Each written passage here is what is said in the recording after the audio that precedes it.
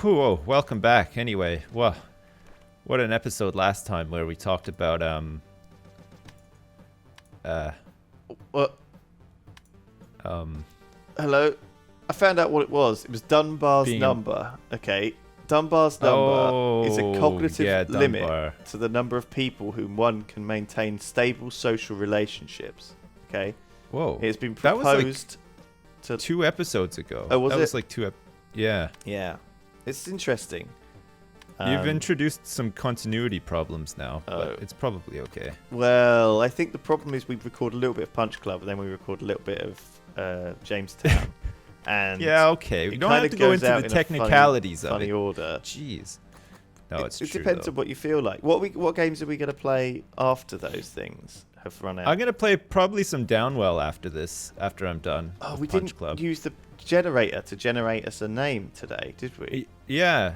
Team Downwell for when I start playing Downwell. Because that's another sort of platformy game that I don't have to concentrate too much on while I play it and try to listen to what you're talking about as well, which Team Dirty Dinghies. There you go. I like it. Oh my god. Dirty Dinghy. That's a good one actually, yeah. Dirty Dinghy. Reminds me of that time dinghy and it costs dirt cheap. where we were trapped in a dinghy. Yeah. After a plane We're trying to remember back to that time, back in the day when we got in a plane crash and we got in a dinghy. Hey, speaking, it's nothing to do with plane crashes actually, but it's something that I wanted to mention to you because I was curious to see if you'd ever watched this show. I started watching very recently. Again, nothing to do with plane crashes. The 4400. Oh, okay? Yeah. I knew nothing about it, right? I was just doing what you do when you go on Netflix. I don't know if you do this on Netflix, but I like to browse around Netflix from time to time and add things to my list. Okay. And I just have this huge list of things that sort of looked interesting to me. And when I feel like watching them, I just get around to watching them eventually, sort of thing. So I have a pretty big list on Netflix, and I'd added the 4400 on there at some point. And I mean, recently with the baby and everything, I've had a lot of time. You get a lot of time with a baby in between feeding and changing diapers and stuff, because they like to settle, they like to sleep on people. So you're oftentimes sitting there holding a baby's sleeping, and it's very easy to just switch on your iPad and watch something, right? Yeah. So I'm blasting through shows now, and I started watching the 4400, and I'm enjoying it. It's weird because I don't know what it is about it. I think the story and stuff is pretty cool, but it feels really jivey at the same time. Maybe it's because it's from 2004 or whatever, but have you seen it? Yeah, I watched it. I think I probably watched the majority of it, and I really enjoyed it. I thought it was good fun. I enjoyed it when I watched it. So yeah, I think it probably is. I didn't know it was that old. Holy crap. Yeah, it was 2004, and I think there's 4 seasons of it, but the thing is, it's I don't know, there's just something about it. It just made me think that, the whole, I'm not that far into it. I mean, I'm only maybe halfway through season 2 right now, but the idea that, you can unlock a dormant part of your brain and have an ability to do something or whatever. What would be your ultimate ability? What kind of ability would you like to have that was a little bit out of the norm? Well, first of all, that is just this one of these Hollywood tropes, okay? That is really overused. We haven't evolved for hundreds of millions of years to not use a part of our brain, okay? Our brains are not there's not just stuff there which we need to somehow unlock. It's not, it's bollocks. It's a real load of bollocks. But I think that I don't know. I kind of don't like applying these kind of unrealistic, supernatural things to answer its questions, because I think you don't give enough bounds for it, okay? You don't want people to know that you're a pervert, that's why, right? Because you're probably just thinking to yourself, it always says, I want X-ray vision. It says more about you than it says all the time. And it is interesting. I've seen everything. I've seen every breast. It's a problem because I there's no bounds. The classic thing is that when you set a story, this is one of Brandon Sanderson's laws. When you set a story or in a magical world or fantasy land, you have to set the boundaries for how powerful the powers can be and what their drawbacks are. Because sometimes the best thing about when we play D&D and when we pick heroes and when we pick things like this is not necessarily what the superpowers or strengths are. It's what their corresponding weaknesses are. Okay. I feel like I'm always overpowered though. Like I always carry the team when we play D&D. That is true. But what makes interesting characters is not their strengths, it's their flaws. Okay. Oh. And yeah, so that's many pretty typical of somebody who's like massively flawed would say that though. Because they want to. They want to justify like why they're so shit at everything. But I also like to think realistically in terms of, at the very start of this episode we talked about, we mentioned being stranded on a desert island. I think it's much more interesting to ask the question, what happens if you were stranded on a desert island on your own? All right, what would you do? Let's compromise How then. would you do that? Let's say you're stranded on a desert island, but you have like a supernatural power as well. Okay, sure. What would that power be? And what would you do to supernatural survive? power is that I can summon any object into existence right now. Okay, like that's bam. bullshit, though. Okay, you wouldn't be able to do that just by whoop. Unlocking a dormant part of your brain. I'd be like, okay, and then I could summon out like a load of. That's fucking garbage. No. What do you mean? What do you mean? A dormant part of my brain? What? You can't say well, that's garbage. According to the laws of Sanderson, there has to be a limit to the power. Well, you haven't given me a limit, Sips. It's not Star Trek fine. with the I will fucking heal food cancer creator. with my hands. Okay. Is that any more realistic than someone else? It's a little bit more. It's okay, not it's a little realistic bit more. at all. It's bollocks. Come on, it's a lot more so than being like, oh shit, I need a shovel. Pring, okay, here's the shovel. When I It's take a not I shit, Dream of Genie. it's made of gold. It's made of gold. But only when it hits the toilet bowl, so it Holy doesn't shit. injure me. I never thought of that. Right? Mine was shit related, funnily enough, but it wasn't the ability to shit gold. Again, like the problem with that is that there'd be lots of problems, right? But these questions, I don't find them very rewarding unless there are hard, like. And then well, you haven't heard my answer okay, yet. go on, fine. What's your stupid answer? Okay, my stupid answer is the ability to cause people to shit their pants whenever I want them to. Again, do you know how fucking useful that would be? Listen, it'd be so useful. You don't understand. That's probably already a thing. There's you've heard of the brown sound, okay? Well, no, okay. Well, elaborate. Okay, there was a theorized thing called the brown sound, where it's like a really low pitched sound that vibrates at the same frequency as your butthole, right? So it makes you poop yourself whenever you hear the brown sound. Okay, so theoretically, well, it's much more scientifically likely that we will be able to come up with something that makes you shit yourself. Right? There are already plenty of things that make you shit yourself, right? So all we need to do is scientifically figure out something which will do that. That's realistic. Just having hands which radiate the cure to any disease that someone's suffering from is bollocks. In the same way that it's bollocks that I would come up with the idea that I was on a beach, snap my fingers, and there's a Copacabana bar, right? And then I could just have a mojito and, lie on the beach and have a great time. And then whenever I'm done, I'll be like, bam, satellite phone. Hey, I'm on an island. Send a yacht. Bam, yacht appears. Do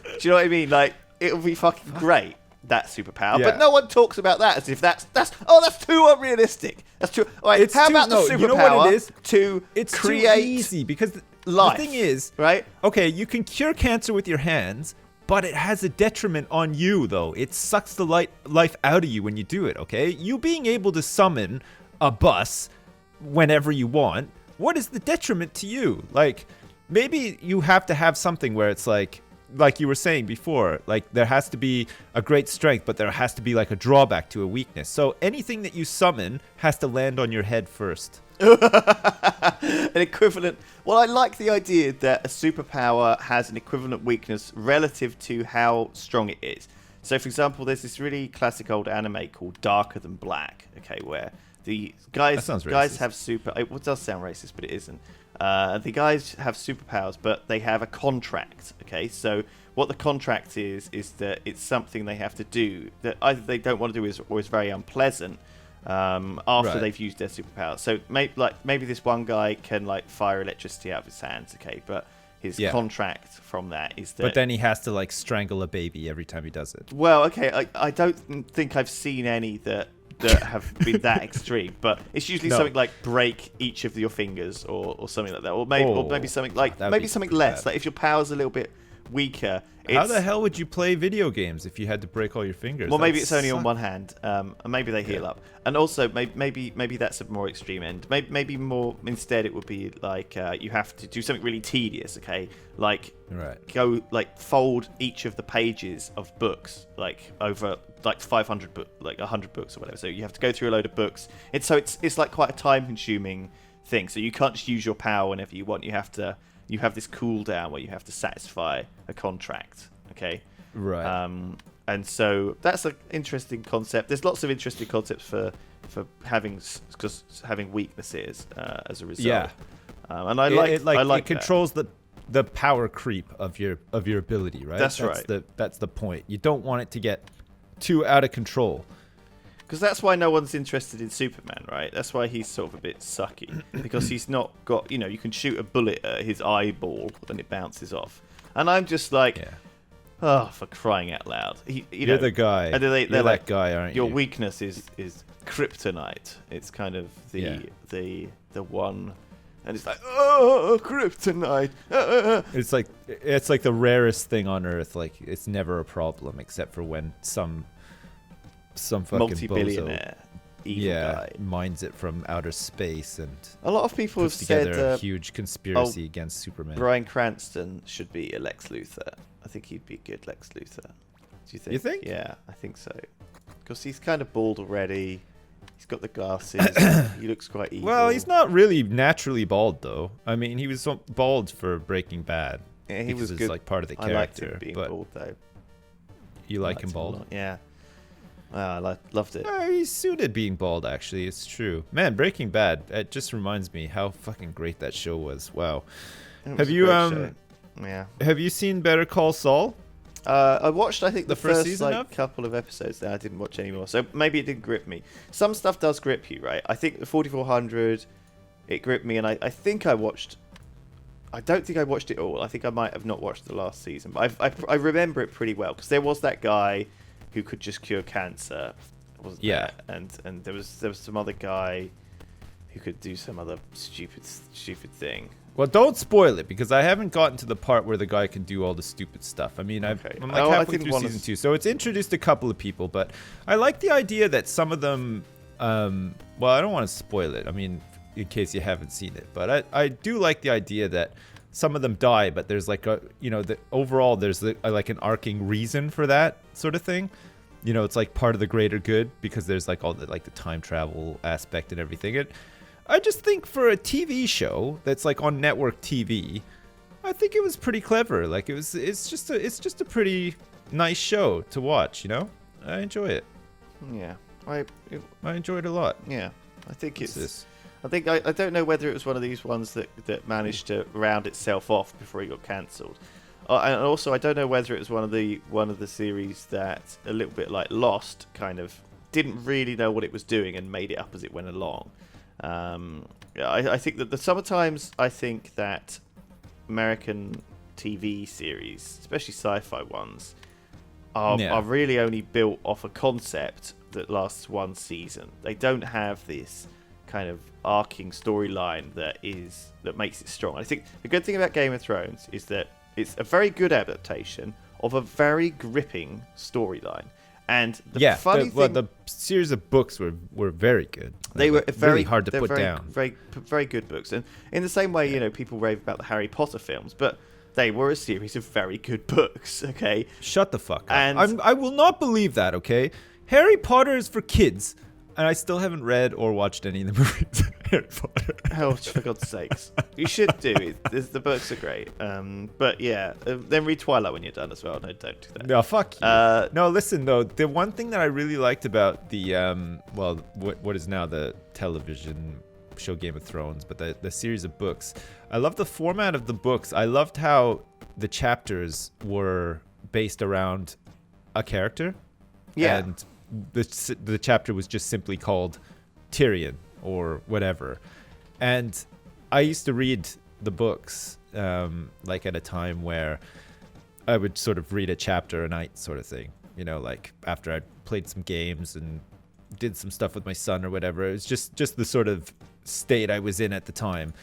I'd have enough time to read like a chapter a night, and I'd always open the book and be like, all right, so who's it gonna be tonight? And sometimes it'd be a character that I didn't like and be like, nah, shit. And then other times it'd be somebody that like I really was enjoying the storyline for, so I'd be like, oh yeah, that's amazing. And it was just such an awesome experience reading those books because of the format of the books. And I don't think I've ever had that with another series of books before. I really enjoyed it. Really cool. First of all, I thought it was very, very adult, right? You know, he does refer to things like Sam's fat pink shaft or whatever. You know, it's quite explicit in the books in many ways. And the other thing is that he said that it's quite interesting. I'm just two things I was thinking of. The books now diverge from the TV show. Okay, so for example, there's a bunch of characters that were never in the TV show because they were kind of blended together, you know. So Sansa and Jane Poole and a bunch of other characters all got sort of blended into one in the TV show, whereas they're all different independent people in the books. And so some of them actually are going to be written chapters for them, like you said, in the new one, in the new book. Well, at least that's what George R. R. Martin has said. But the film, the TV show... Did you just call him Giorgio Armani? Giorgio Armani. He's great writing style. Yeah. But yeah, the TV show obviously has to carry on. And I'm worried that because the TV show doesn't have concrete literature behind it, it's going to go a bit weird. And sometimes that happens, okay? And it's happened before in things like... anime's a good example, because anime usually is commissioned to do an animation of a finished story. And it will do 12 or 24 episodes sometimes, and it'll tell a whole arc of a comic book, and then it won't do any more. But the thing is, if it's very, very popular, sometimes what starts happening is the anime starts overtaking the manga, okay? Much like Game of Thrones starts overtaking the books, okay? And then it tends to go either off the rails or be very bad, or sometimes it diverts and then sort of stops, and then they reboot it 10 years down the line. So, for example, some of these classic stories in anime, like one of them, Full Metal Alchemist, it diverged from the books, the manga, because there wasn't books, and then they had to redo it and then do it properly, kind of a second time. So what I'm saying is that I'm a bit concerned that the TV show is going to suck now, but the other worry is that George R. R. Martin is making it up as he goes along, okay, and it hasn't really got a concrete lockdown sort of plan for the end of it, because that was one of the things that J.K. Rowling was sort of quite worried about for a long time, that Harry Potter, because she always said for a long time that she'd written the very final chapter of Harry Potter a long time ago and had it locked away in a safe, okay? Yeah. This was one of the things I remember at the time.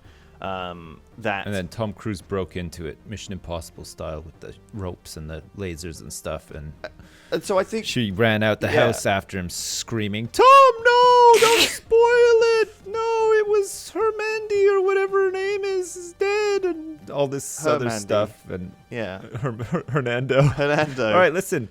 And hold that thought. Let's talk more about this next time. Yeah, no, I'm pretty much done.